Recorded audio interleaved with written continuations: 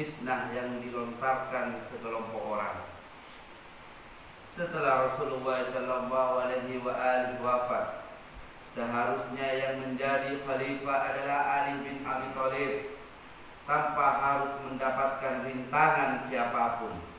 Ternyata khalifah itu dirampas dan Imam Ali disingkirkan, tetapi Imam Ali alaihissalam tidak mengangkat senjata untuk merebut haknya demi memelihara kemaslahatan Islam dan persatuan muslimin.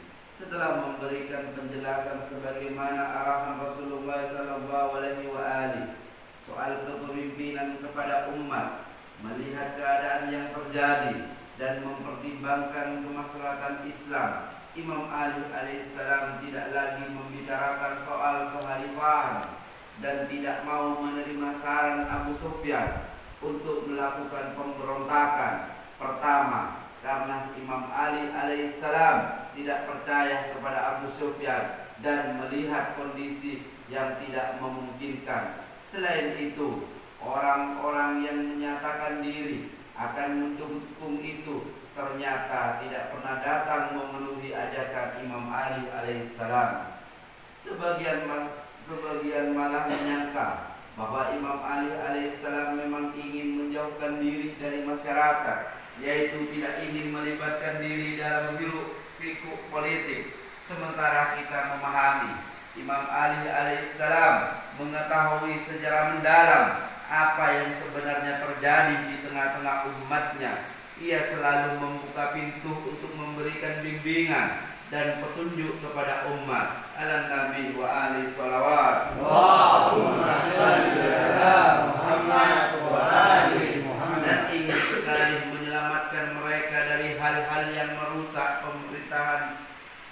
Misalnya, dia selalu berusaha memberikan nasihat kepada Utsman agar mengelola pemerintahannya secara baik, menjalankan keadilan, memerhatikan hak-hak rakyat jelata, dan mengeluarkan anggaran dari Baitul Mal secara benar. Di sisi lain, Imam Ali alaihissalam selalu berusaha meyakinkan rakyat agar mengambil jalan yang konstitusional dan meninggalkan tindakan anarkis dan teror untuk memenuhi hak-hak mereka.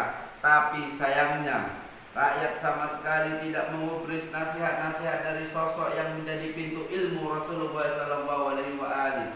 Imam Ali alaihissalam dan ahlul baitnya tentu saja tidak menyerang Utsman dan juga tidak mendukung pemberontakan yang liar. Beliau selalu mengingatkan agar dampak buruk dari hal tersebut.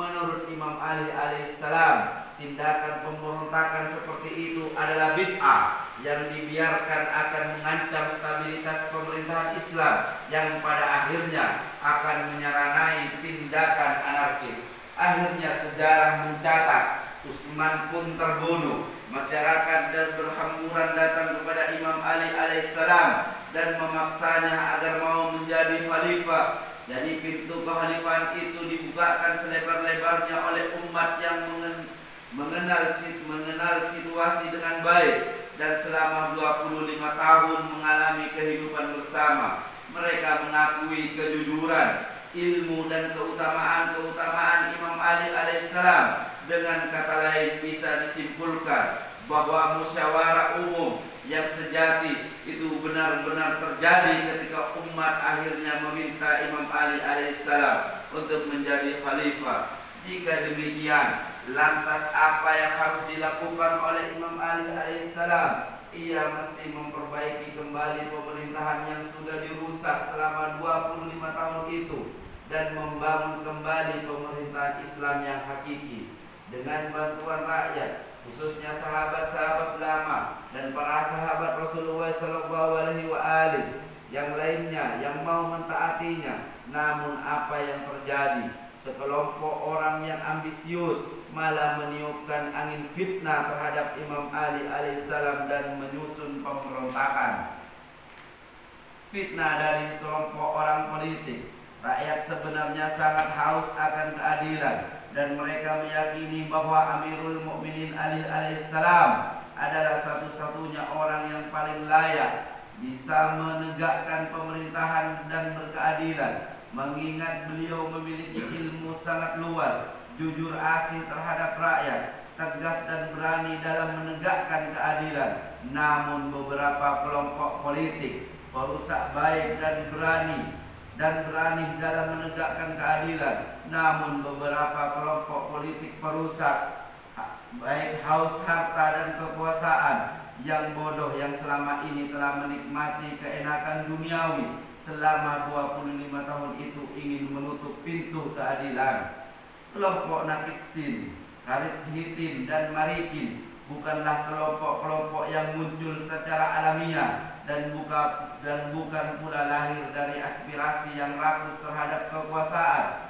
Dan kelompok elit politik ini berhasil memprovokasi rakyat jelata dan terpancing untuk mengangkat senjata melawan keadilan dan kebenaran. Orang-orang seperti itu dapat juga digerakkan untuk melakukan pengkhianatan besar dalam sejarah. Sejarah mencatat bahwa tokoh-tokoh seperti Tahlan, Zubair, dan Muawiyah mewakili elit kelompok tersebut. Anehnya tokoh-tokoh tersebut pada masa 3 khalifah sebelumnya, terutama Khalifah Utsman, sama sekali tidak melakukan provokasi apapun, meski mereka sendiri melihat jelas penyelewengan yang dilakukan. Ketika tiba pemerintahan pemberontakan terhadap pemerintahan Ali alaihissalam, alasannya karena Imam Ali pernah mengatakan, "Demi Allah, kalau harta Baitul Mal itu digunakan untuk menikahi perempuan dan membeli budak-budak, maka aku akan mengembalikan lagi ke Baitul Mal tersebut."